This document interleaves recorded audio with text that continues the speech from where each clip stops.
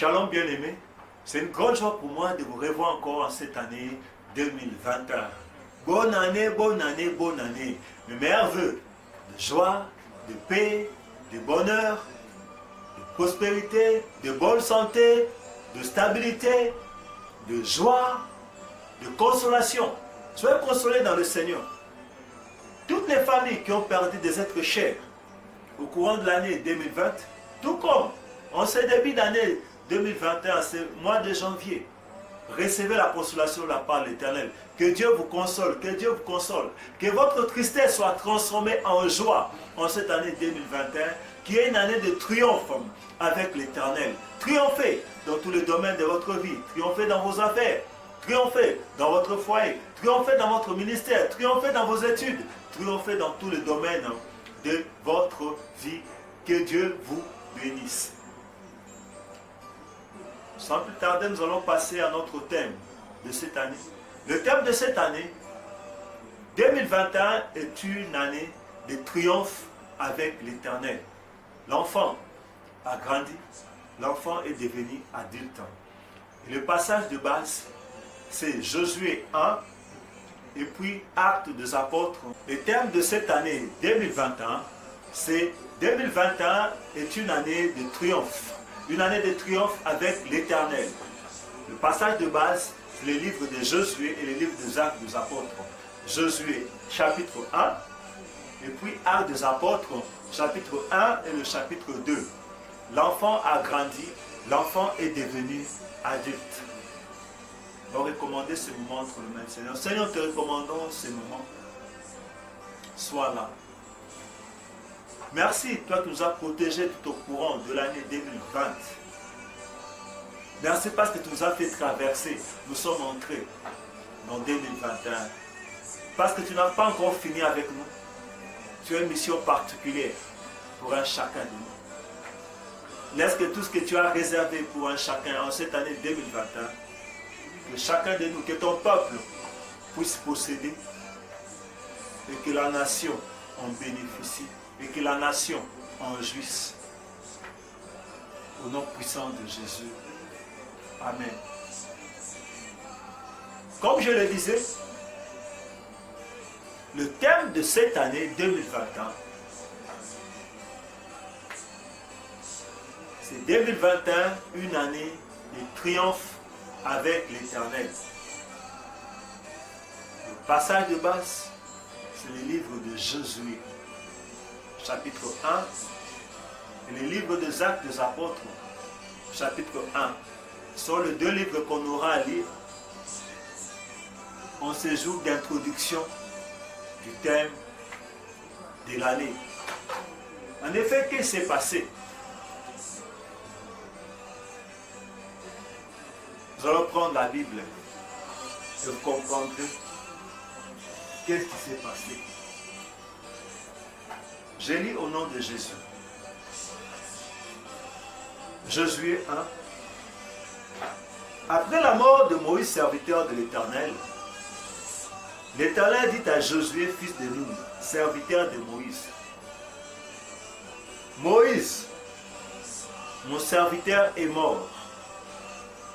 Maintenant, lève-toi, passe le Jourdain, toi et tout ce peuple, pour entrer dans le pays que je donne aux enfants d'Israël. Je me limite là. Qu'est-ce qui se passe?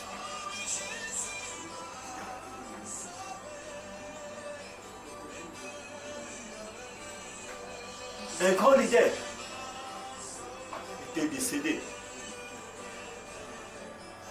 Et en lisant bien l'histoire, nous comprendrons que toute la génération de ceux qui étaient sortis de l'Égypte, tous ces vaillants combattants, étaient tous décédés, étaient morts, hormis deux personnes, Josué et Caleb. Alors Josué a vu tout cela. Il a vu comment, au fur et à mesure, les gens de sa génération de cesser de mourir. La mort était en train de frapper ses amis, ses connaissances, les gens avec qui il a grandi, la mort était en train de frapper. Et en fin de compte, c'est son mentor, le grand leader, Moïse, qui meurt. Oh, quelle séparation douloureuse, quelle séparation affreuse que de perdre Moïse. Maintenant, Moïse est parti. Que vais-je devenir? Moïse est parti. Que deviendra tout ce peuple? La séparation a toujours été douloureuse. La séparation a toujours fait mal. Mais nous voyons Dieu qui vient vers l'homme. Dieu qui vient vers Josué pour lui dire: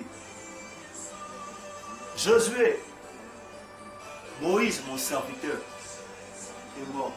Josué, je sais que Moïse est mort.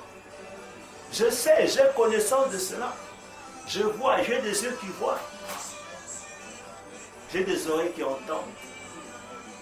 Je sais que Moïse est mort. Cela ne m'est pas inconnu. Mais maintenant, lève-toi. Il va lui dire que bien que Moïse est mort, le Dieu de Moïse est vivant. Le Dieu de Moïse continue à agir. Qu'est-ce qui s'est passé dans ta vie? Tu as connu beaucoup de turbulences. Qui sait, en l'année 2020, tu as connu des séparations qui t'ont fait mal. Mais pour Dieu, Josué était devenu mature. Josué devait commencer la relève. Voilà pourquoi Dieu s'était décidé de prendre Moïse. Parce qu'il avait compris que Josué était maintenant mature pour continuer la mission. Josué avait atteint l'âge de voler par ses propres ailes. Mais cela n'était pas facile pour Josué. Il fallait que Dieu vienne le secouer. Il fallait que Dieu vienne le bouger. Il fallait que Dieu vienne dire à Josué: Josué, lève-toi, ton temps a commencé. Josué, lève-toi, car ton temps a commencé. Josué, lève-toi, car ton temps a commencé. Certes, Moïse est mort, mais le Dieu de Moïse n'est pas mort. Qui sait? Tu as perdu ton travail. Sache que le Dieu de la Bible est vivant. Je ne sais pas, Covid, qu'est-ce que Covid a pris dans ta vie? Qu'est-ce que Covid a pris dans ton foyer? Qu'est-ce que Covid a pris dans ton entourage? Qu'est-ce que Covid a pris dans ta famille? Sache que le Dieu de la Bible est vivant pour commencer une nouvelle histoire avec toi. Il est vivant pour commencer de nouvelles choses avec toi en cette année 2021. Nous allons prendre aussi le passage des Actes des Apôtres. Nous allons prendre le livre des Actes. Dans les Actes 1, pour essayer, c'est toujours dans la même pensée. Actes des Apôtres 1. La Bible dit: Théophile, j'ai parlé dans mon premier livre de tout ce que Jésus a commencé de faire et d'enseigner dès le commencement, jusqu'au jour où il fut enlevé au ciel après avoir donné ses ordres par le Saint-Esprit aux apôtres qu'il avait choisis. On peut sauter, on part au 9. Après avoir dit cela, il fut élevé pendant qu'il les regardait, et une nuée les déroba à leurs yeux. Et comme ils avaient les regards fixés vers le ciel, pendant qu'ils s'en allaient, voici des hommes vêtus de blanc leur apparurent et dirent: Hommes galiléens, pourquoi vous arrêtez-vous à regarder au ciel? C'est Jésus qui a été enlevé au ciel du milieu de vous, reviendra de la même manière que vous l'avez vu allant au ciel. Alors, ils retournèrent à Jérusalem, la montagne appelée des Oliviers, qui est près de Jérusalem, à la distance d'un chemin de sabbat. Quand ils furent arrivés, ils montèrent la chambre haute où ils se tenaient d'ordinaire. C'était Pierre, Jean, Jacques, André, Philippe, Thomas, Barthélemy, Matthieu, Jacques, fils d'Alphée, Simon le Zélote et Jude, fils de Jacques. Tous, d'un commun accord, persévéraient dans la prière avec les femmes et Marie, mère de Jésus, et avec le frère de Jésus. Qu'est-ce qui se passe? Le Seigneur Jésus, ressuscité, pendant 40 jours, il est en train de se manifester à ses apôtres.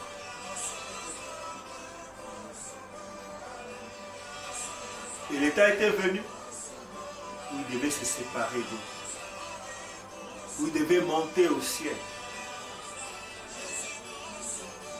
Pour le Seigneur, les apôtres avaient grandi. Les apôtres étaient devenus des adultes. Les apôtres étaient devenus des disciples accomplis. C'était maintenant au tour des apôtres de continuer l'œuvre. Le Seigneur devait se retirer pour laisser place aux apôtres des vrais.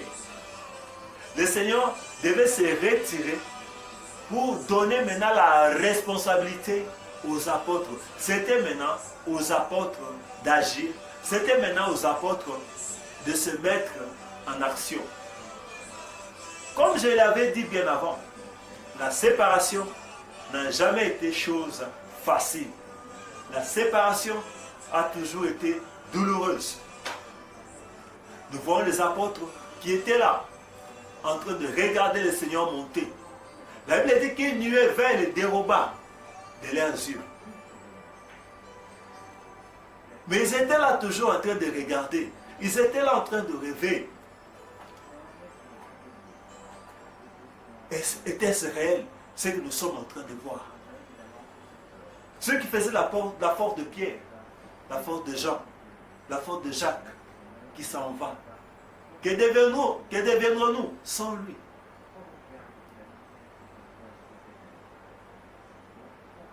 Les uns leur ont dit, pourquoi vous arrêtez-vous à regarder? C'est Jésus qui est monté au ciel. Pourquoi? Pourquoi une interpellation afin de les pousser à se rappeler toutes les paroles que le Seigneur leur avait dites avant de monter. Il leur avait dit, mais vous recevrez une puissance. Le Saint-Esprit sera sur vous et vous serez des témoins à Jérusalem, dans toute la Judée, de la Samarie, jusqu'aux extrémités de la terre. Le Seigneur voulait commencer une chose nouvelle. Le Seigneur voulait commencer une nouvelle histoire avec les apôtres. Alors, pour débuter cette nouvelle histoire, il fallait que lui se retire, afin que le Saint-Esprit entre en action.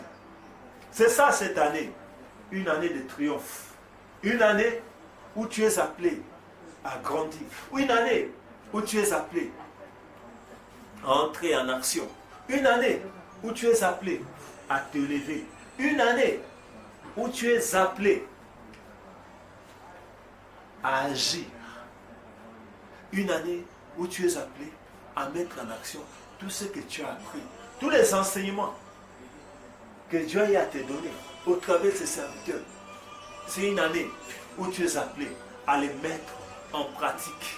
Quand nous rentrons dans Josué, le Seigneur dit à Josué que ces livres de la loi ne s'éloignent point de ta bouche.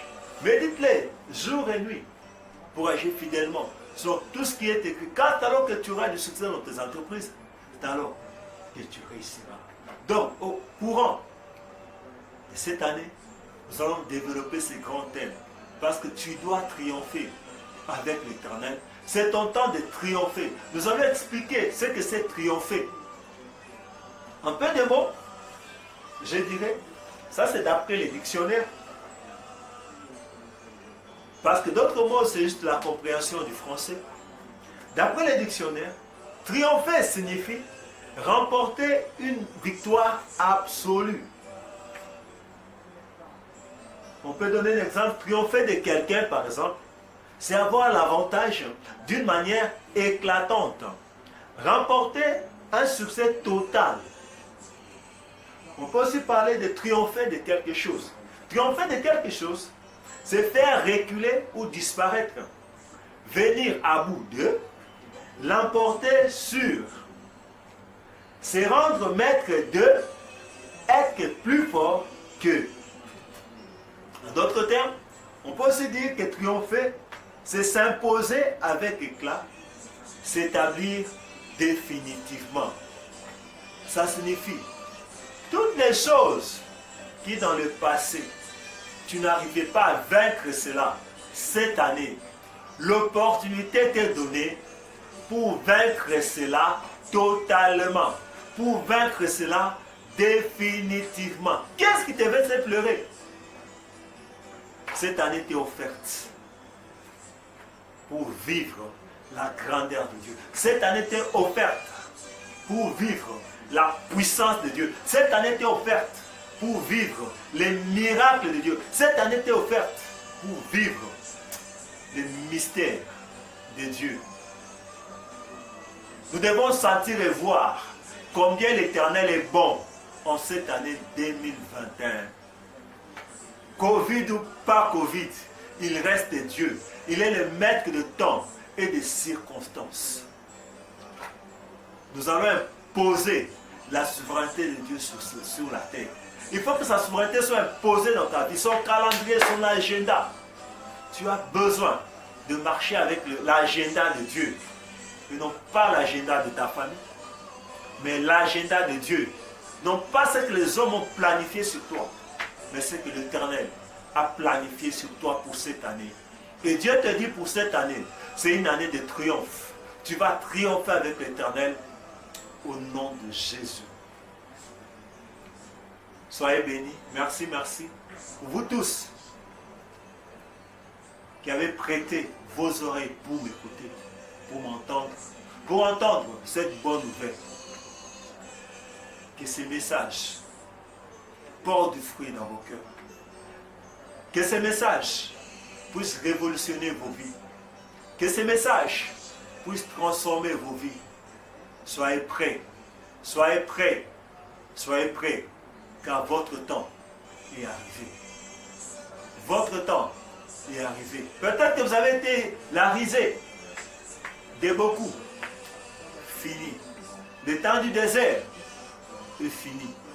C'est le temps d'entrer dans la terre promise. C'est le temps d'entrer dans la terre promise. De posséder ce que vous avez été promis par l'Éternel. C'est le temps d'entrer dans l'image de ce que Dieu avait sur lui quand il pensait créer. Soyez bénis, soyez bénis, soyez bénis, soyez bénis. Restez connectés. Restez connectés pour nous suivre et suivre tout ce que Dieu a prévu pour vous au travers de notre ministère. Que Dieu vous bénisse et à la prochaine. Cette émission vous a été bénéfique. N'hésitez pas de vous abonner à notre chaîne YouTube DRVN TV pour ne rater aucune de nos publications. Parlez-en aussi à vos amis, à vos frères et sœurs qui ne nous connaissent pas, afin qu'ils puissent aussi bénéficier de ce que vous avez bénéficié. Bye.